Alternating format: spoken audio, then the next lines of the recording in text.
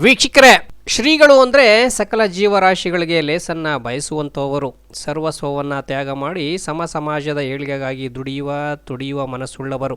ತನ್ನ ಇಡೀ ಬದುಕನ್ನೇ ಸಮಾಜದ ಒಳಿತಿಗಾಗಿ ಮುಡುಪಿಟ್ಟು ಸಮಾಜಕ್ಕೆ ಅಪಾರ ಕೊಡುಗೆ ನೀಡುವ ಕಾವಿದಾರಿಗಳ ಕಾಯಕ ಶ್ರೇಷ್ಠವಾದದ್ದು. ಈ ಕಾವಿದಾರಿಗಳಲ್ಲಿ ಅನೇಕ ಥರದ ಶ್ರೀಗಳನ್ನು ನಾವು ಕಾಣಬಹುದು. ಅಂತಹ ಸಂತರ ಸಾಲಲ್ಲಿ ಬೆಂಗಳೂರು ಗ್ರಾಮಾಂತರ ವ್ಯಾಪ್ತಿಗೆ ಬರುವ ವನಕಲ್ ಮಹಾಸಂಸ್ಥಾನದ ಪೀಠಾಧ್ಯಕ್ಷರಾದ ಬಸವ ರಮಾನಂದ ಶ್ರೀಗಳ ಕಾಯಕ ಬಹಳ ವಿಶೇಷವೆನಿಸ್ತಾ ಇದೆ.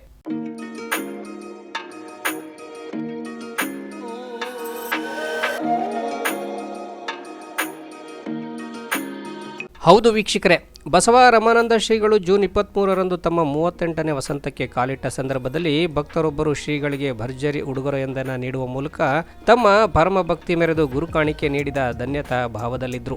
ಅಂದರೆ ಚಿತ್ರದುರ್ಗ ಜಿಲ್ಲೆಯ ಹಿರಿಯೂರು ತಾಲೂಕಿನ ಜವಗಣ್ಣಹಳ್ಳಿ ನಿವಾಸಿ ಮಾಜಿ ಜಿಲ್ಲಾ ಪಂಚಾಯತ್ ಸದಸ್ಯ ಪಾಪಣ್ಣ ದಂಪತಿಗಳು ಶ್ರೀಗಳಿಗೆ ಸುಮಾರು 40 ಲಕ್ಷ ಮೌಲ್ಯದ ಇನೋವಾ ಕಾರ್ ನೀಡುವ ಮೂಲಕ ಶ್ರೀಗಳ ಶರವೇಗದ ಬದುಕಿನ ನಡೆಗೆ ಮತ್ತಷ್ಟು ಶಕ್ತಿ ತುಂಬಿದ್ದಾರೆ.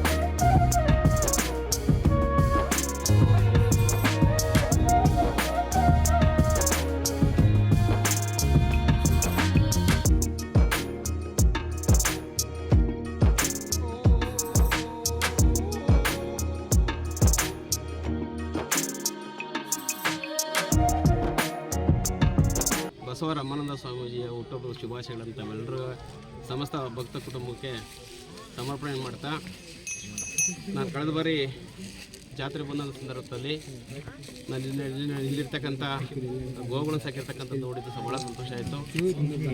ಇಲ್ಲಿ ರುದ್ರಾಶ್ರಮ ಮಾಡತಕ್ಕಂಥ ನೋಡಿ ಇನ್ನೂ ಭಾಳ ಸಂತೋಷ ಆಯಿತು. ಹಾಗೆ ಶಾಲೆ ನೋಡಿ ಇನ್ನೂ ತುಂಬ ಖುಷಿ ಆಯಿತು.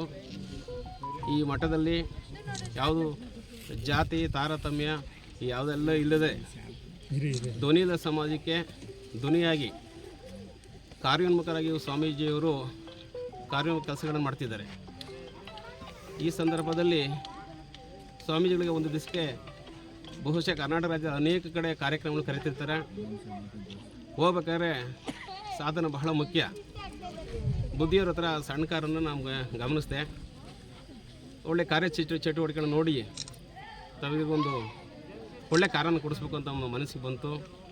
ಹಂಗಂತ ವನಕಲ್ ಮಲ್ಲೇಶ್ವರ ಸಂಕಲ್ಪವನ್ನು ಮಾಡ್ಕೊಂಡು ನಮ್ಮದೆಲ್ಲ ಕೆಲಸ ಕಾರ್ಯಗಳಾದರೆ ಬರ್ತಕ್ಕಂಥ ಅವ್ರು ಹುಟ್ಟುಹಬ್ಬದ ದಿವಸ ಕಾರನ್ನು ಕೊಡ್ತೀನಿ ಅಂತ ಆ ಜಾತ್ರೆ ನುಡಿದೋಗಿದೆ. ಅದೇ ರೀತಿಯಾಗಿ ಇವತ್ತು ಸ್ವಾಮಿಯವರಿಗೆ ನಾನು ಕಾರನ್ನು ಸಮರ್ಪಣೆ ಮಾಡಿದ್ದೀನಿ. ಈ ಸಾಧನವನ್ನು ಬಳಸ್ಕೊಂಡು ಕರ್ನಾಟಕ ರಾಜ್ಯದಂಥ ಬಡ ಮಕ್ಕಳಿಗೆ ವಿದ್ಯಾದಾನ ಮಾಡ್ತಿದ್ದಾರೆ. ಅದು ಇನ್ನು ಹೆಚ್ಚಿನದಾಗಿ ಆಗಬೇಕು. ಗೋಶಾಲೆ ಇನ್ನೂ ತುಂಬ ಅಭಿವೃದ್ಧಿ ಆಗಬೇಕು. ಕಳೆದ ವರ್ಷ ಈ ಮಟ್ಟಕ್ಕೆ ನಾನು ಟ್ರ್ಯಾಕ್ಟರನ್ನು ಕೊಟ್ಟಿದ್ದೆ. ಈಗ ಎರಡನೇದಾಗಿ ಕಾರನ್ನು ಕೊಟ್ಟಿದ್ದೀನಿ. ಇನ್ನು ಬಹಳ ಮುಂದಿನ ದಿನಗಳಲ್ಲಿ ಇನ್ನೂ ಉಜ್ವಲ ಆಸೆಗಳಿದ್ದಾವೆ. ಅದನ್ನು ಹೇಳೋದಕ್ಕಿಂತ ಮುಂಚೆ ಮಾಡಿ ತೋರಿಸ್ಬೇಕು ಅಂತ ನನ್ನ ಭಾವನೆ. ಈ ಕಾರ್ ಕೊಡಿಸಿತ್ತು ಬುದ್ಧಿಯವರು ಸದುದ್ದೇಶದಲ್ಲಿ ಬಳಕೆಯನ್ನು ಮಾಡ್ತಾರೆ. ಜಾತಿದ ಎಲ್ಲ ಸಮಾಜಕ್ಕೆ ಕೆಲಸಗಳನ್ನು ಮಾಡ್ತಿದ್ದಾರೆ. ಅದು ನಮಗೆ ತೃಪ್ತಿ ತಂದಿದೆ. ಇದೇ ವೇಳೆ ಪಾಪಣ್ಣವರ ಪತ್ನಿ ಸುಜಾತ ಅವರನ್ನ ಗಂಡನ ಈ ಸೇವೆ ಬಗ್ಗೆ ಏನು ಹೇಳ್ತೀರಾ ಅಂದರೆ ಎಂಥ ಒಳ್ಳೆ ಮಾತನಾಡಿದ್ದಾರೆ, ನೀವೇ ಕೇಳಿಸ್ಕೊಳ್ಳಿ. ಇವತ್ತು ಒನಕಲ್ಲು ಶ್ರೀಗಳಿಗೆ ನಿಮ್ಮ ಯಜಮಾನರು ದೊಡ್ಡ ಕಾಂಟ್ರಿಬ್ಯೂಷನ್ ಮಾಡೋರೆ. ದೇಶ ಸುತ್ತಲಿ ಸಮಾಜ ಸೇವೆ ಇನ್ನೂ ಅಷ್ಟು ಶೀಘ್ರವಾಗಿ ಮಾಡಲಿ ಅಂತೇಳಿ ಈ ಸಂದರ್ಭದಲ್ಲಿ ನೀವೇನು ಹೇಳ್ತೀರಾ? ನಮಗೆ ತುಂಬ ಖುಷಿಯಾಗಿದೆ ಸ್ವಾಮೀಜಿ ಅವರು ಕೊಡಿಸಿರೋದು. ಸಂತೋಷ. ಹುಟ್ಟುಹಬ್ಬದ ಶುಭಾಶಯಗಳು ಅವ್ರು ಕೊಟ್ಟಿರೋದು ನಮಗೆ ತುಂಬ ಹೃದಯ. ಹೇಳಿದ್ರ ಯಜಮಾನರು ಗುರುಗಳಿಗೆ ಈ ಥರದೊಂದು ಕೊಡುಗೆ ಕೊಡ್ತೀವಿ ಅಂತ ಯಾವತ್ತಾದರೂ ಹೇಳಿದ್ರು, ನಂಗೆ ಗೊತ್ತಿರಲಿ ಇವತ್ತೇ ಕೊಡ್ತಾರೆ ಅಂತ. ಕೊಟ್ಟಿದ್ದು ತುಂಬ ಖುಷಿಯಾಗಿದೆ. ಸರ್ಪ್ರೈಸ್ ಕೊಟ್ಟಿದ್ದಾರೆ ನಿಮಗೆ. ಪುನಃ ಇನ್ನು ಯಜಮಾನರಿಗೆ ದೇವರು ಹೆಚ್ಚಿನ ಶಕ್ತಿ ಕೊಡಲಿ ಅಂತೀರಾ? ಕೊಡಲಿ, ಚೆನ್ನಾಗಿರಲಿ ಅನ್ನೋದೇ ನಮ್ಮ ಆಸೆ. ಅಲ್ಲ, ನೀವು ಕೂಡ ಅವ್ರಿಗೆ ಸಪೋರ್ಟ್ ಮಾಡಬೇಕಾಗತ್ತೆ ಇಂಥ ವಿಷಯದಲ್ಲಿ. ಯಾವಾಗಲೂ ಸಪೋರ್ಟ್ ಇದೆ ಇದೆ ಖುಷಿಯಾಗಿ ಮಾಡ್ತೀರಾ? ಖುಷಿಯಾಗಿ. ಅವ್ರ ಜನಸೇವೆ ಯಾವಾಗಲೂ ಹೊರಗಿರ್ತಾರಲ್ವಾ, ನೀವೇನು ಬೈಕೊಳ್ಳಲ್ವ ಅವ್ರನ್ನ? ಯಾಕೆ ಬೈತೀವಿ? ಜನ ಸೇವೆ ಅಲ್ಲ, ಮಾಡ್ತಾರೆ. ನಿಮ್ಮನ್ನು ನೋಡ್ಕೋಬೇಕಲ್ಲ ಮನೆಯಲ್ಲಿ. ನಾವು ದೇವ್ರ ಆಶೀರ್ವಾದ ಇದೆ ಅಲ್ಲ. ಹಂಗೆ ದೇವರ ಆಶೀರ್ವಾದ ನಿಮಗಿದೆ, ಜನರ ಆಶೀರ್ವಾದ ಅವ್ರಿಗಿರಲಿ. Thank you. ಕೇಳಿಸ್ಕೊಂಡ್ರ, ನಮ್ಮ ಯಜಮಾನರು ಸದಾ ಸಮಾಜ ಸೇವೆಯಲ್ಲಿ ತೊಡಗಿರೋದು ನನಗೆ ಯಾವ ಬೇಸರವಿಲ್ಲ. ನನಗೆ ಭಗವಂತನ ಆಶೀರ್ವಾದವಿದೆ. ಅವರಿಗೆ ಜನರ ಆಶೀರ್ವಾದ ಇದ್ದರೆ ಸಾಕು ಎನ್ನುವ ಮೂಲಕ ತನ್ನ ಮನದಲ್ಲಿ ಪಾಪಣ್ಣನನ್ನು ದೊಡ್ಡ ವ್ಯಕ್ತಿಯನ್ನಾಗಿ ಕಾಣುವ ಹಂಬಲ ತುಂಬಿಕೊಂಡಿದ್ದಾರೆ ಅನ್ನೋದು ಅವರ ಮಾತಿನಿಂದ ಸ್ಪಷ್ಟವಾಗುತ್ತೆ. ಇನ್ನು ಕಾರನ್ನು ಉಡುಗೊರೆಯಾಗಿ ಪಡೆದ ಮಠದ ಶ್ರೀಗಳು ಭಕ್ತನ ಈ ಸೇವೆ ಕುರಿತು ತಮ್ಮ ಅಭಿಪ್ರಾಯ ಹಂಚಿಕೊಂಡ್ರು. ಬಸವಾದಿ ಪ್ರಮಥರನ್ನು, ವಿಶ್ವದ ಎಲ್ಲ ದಾರ್ಶನಿಕರನ್ನು ಹೃನ್ಮಂದಿರದಲ್ಲಿ ಸ್ಮರಿಸುತ್ತಾ 38ನೇ ವರ್ಷದ ಹುಟ್ಟುಹಬ್ಬಕ್ಕೆ ಎಲ್ಲ ಭಕ್ತರು ಜಾತಿ ಮತ ಪಂಥಗಳ ಭೇದವಿಲ್ಲದೆ ಸರ್ವರು ಈ ಕಾರ್ಯಕ್ರಮದಲ್ಲಿ ಭಾಗವಹಿಸಿ ಸಂತೋಷವಾಗಿ ಶುಭಾಶಯಗಳನ್ನು ಕೋರಿರುವಂಥದ್ದು.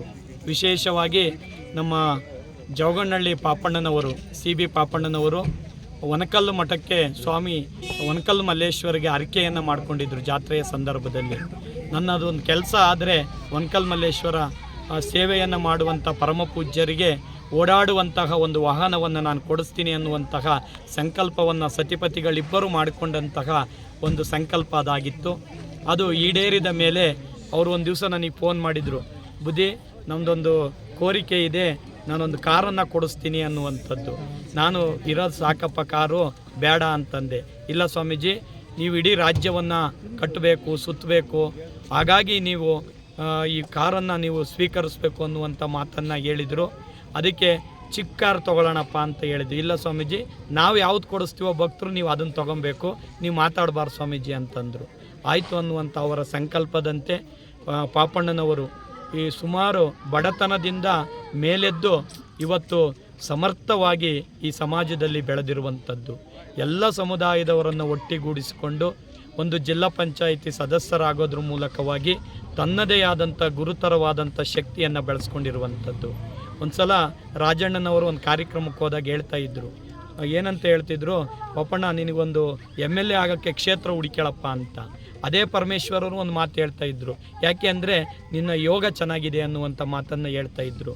ನೋಡಿ, ಮಾಡುವಂತಿರಬೇಕು, ಮಾಡದಂತಿರಬೇಕು, ಮಾಡುವ ಮಾಟದೊಳಗೆ ತಾನಿಲ್ಲದಂತಿರಬೇಕು.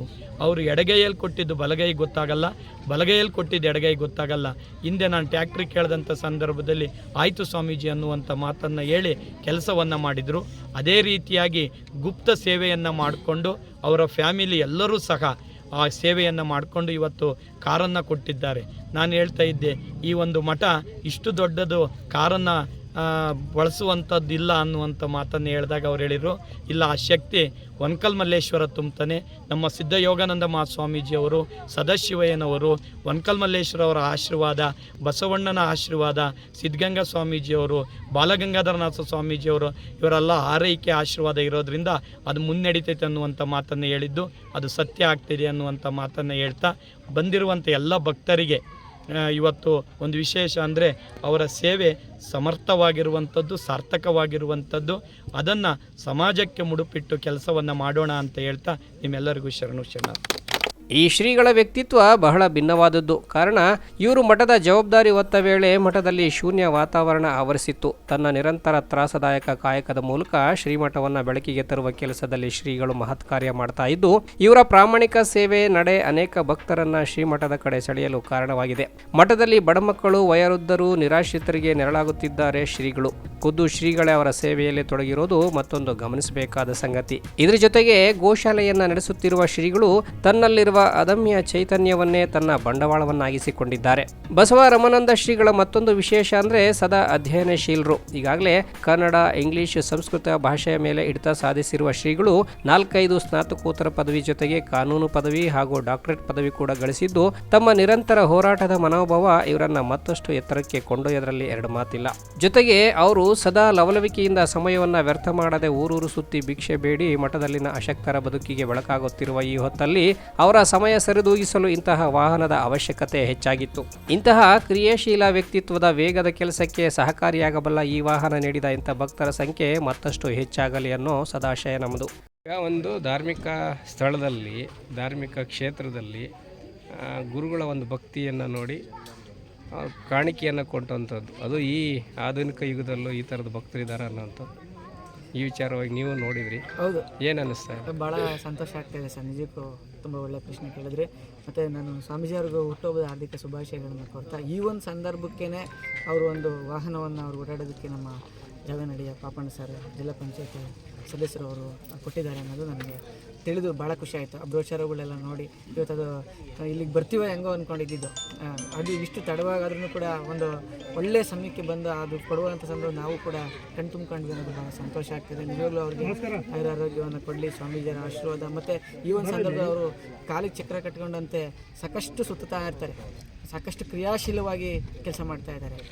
ಹಳ್ಳಿಗಳಿಗೆ ಹೋಗಿ ಎಲ್ಲ ಕೆಲಸವನ್ನು, ಯಾಕೆಂದರೆ ಪ್ರತಿನಿತ್ಯ ಇವಾಗ ಎಲ್ಲರೂ ಮಾತಾಡ್ತಾನೆ ಇದ್ದಾರೆ, ಎಲ್ಲ ಅವ್ರ ಕೆಲಸ ಕಾರ್ಯಗಳ ಬಗ್ಗೆ ಹೇಳ್ತಾನೆ ಇದ್ದಾರೆ. ಬಟ್ ಈ ಒಂದು ಸಂದರ್ಭದಲ್ಲಿ ಅವರು ಎಜುಕೇಷನ್ ಅಲ್ಲದೆ ಮಕ್ಕಳನ್ನ, ವೃದ್ಧಾಶ್ರಮವನ್ನು, ಗೋಶಾಲೆಗಳನ್ನು ಮಾಡ್ಕೊಂಡು ಹಳ್ಳಿಯನ್ನು ಸುತ್ತೋದಕ್ಕೆ ಇಂಥ ಒಂದು ವಾಹನ ಅವರಿಗೆ ತುಂಬ ಅವಶ್ಯಕತೆ ಇತ್ತು. ಅದನ್ನು ಇವತ್ತು ನಮ್ಮ ಪಾಪಣ್ಣ ಸರ್ ಅವರು ನೆರವೇರಿಸಿದ್ದಾರೆ. ನಾನು ತುಂಬ ಖುಷಿ ಪಟ್ಟಿದ್ದೀನಿ. ಎಲ್ಲ ಶೂನ್ಯದಿಂದ ಶುರುವಾಗಿರೋಂಥದ್ದು ಇಲ್ಲಿ. ಹೌದು, ಇದು ಒಂದು ಗುರುಗಳಿಗೆ ಒಂದು ಕಾರ್ಯಕ್ಕೆ ಒಂದು ಶಕ್ತಿ ಬಂದಂಗೆ ಆಯಿತು. ಹೌದು, ಸೇವೆ ಮಾಡೋಕ್ಕಿಂತ ಉತ್ತಮವಾದ ಕೆಲಸ ಅಂತ ಹೇಳ್ಬೋದು. ಮಾನ್ಯದೆಡೆಗೆ ಸಮಾಜ ಸೇವೆ ಮಾಡೋರು ಇನ್ನೂ ಹೆಚ್ಚಾಗಬೇಕು. ಪಾಪಣ್ಣಂಥ ಮನಸ್ಸು ಸ್ಥಿತಿಗಳು ಇನ್ನೂ ಹೆಚ್ಚಾಗಬೇಕು. ಯಾಕಂದರೆ ಇಲ್ಲಿ ಎಲ್ಲರೂ ವಿದ್ಯಾದಾನ, ಅನ್ನದಾನ ಎಲ್ಲವೂ ನಡೀತಾ ಇದೆ. ಇಲ್ಲಿ ಇನ್ನೂ ಹೆಚ್ಚು ಬೆಟ್ಟದಷ್ಟು ಆಗಲಿ ಅಂತೇಳಿ ನಾನು ಹಾರೈಸ್ತೀನಿ. ಗುರುಗಳಿಗೆ ಒಳ್ಳೆಯದಾಗಲಿ, ಮತ್ತು ಕೊಡಿಸಿರೋಂಥ ನಮ್ಮ ಪಾಪಣ್ಣ ಸರ್ಗೂ ಕೂಡ ಒಳ್ಳೆಯದಾಗಲಿ ಅಂತ ಹೇಳ್ತಾ ಇರ್ತೀನಿ. ನಮಸ್ಕಾರ.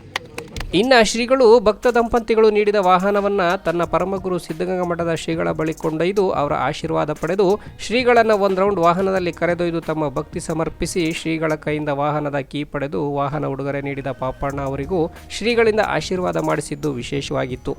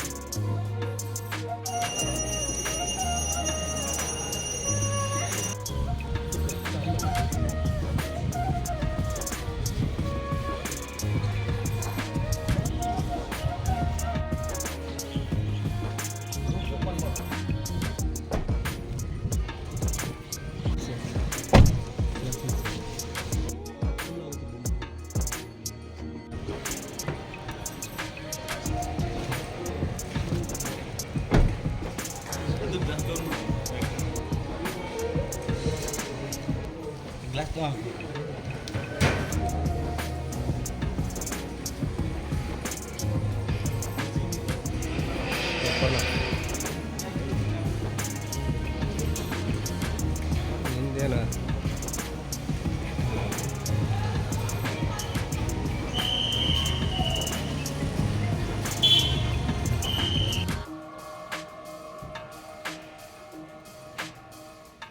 ಜೊತೆಗೆ ಹಿಡಿಬೇಕು ಅವರು ಚೆನ್ನಾಗಿರ್ತಾರೆ.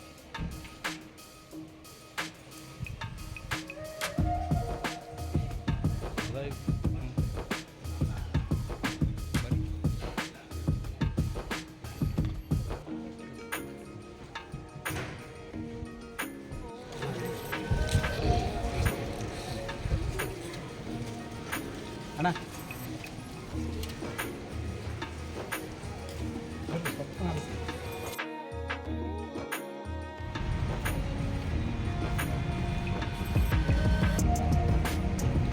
ಬುದ್ಧೇರ, ನಿಮ್ಮ ವೇಗದ ಕೆಲಸಕ್ಕೆ ಮತ್ತಷ್ಟು ಶಕ್ತಿ ಬಂದಾಗಿದೆ. ಮತ್ತೆ ತಡ, ನಿಮ್ಮ ಕಾಯಕ ಸೇವೆ ಮತ್ತಷ್ಟು ವೇಗ ಪಡೆದುಕೊಳ್ಳಲಿ. ನೊಂದವರ, ಅನಾಥರ, ಸಮಾಜದ ಕಟ್ಟ ಕಡೆಯ ಜನರಿಗೆ ನಿಮ್ಮ ಸೇವೆ ಮತ್ತಷ್ಟು ದುಪ್ಪಟ್ಟಾಗಲಿ.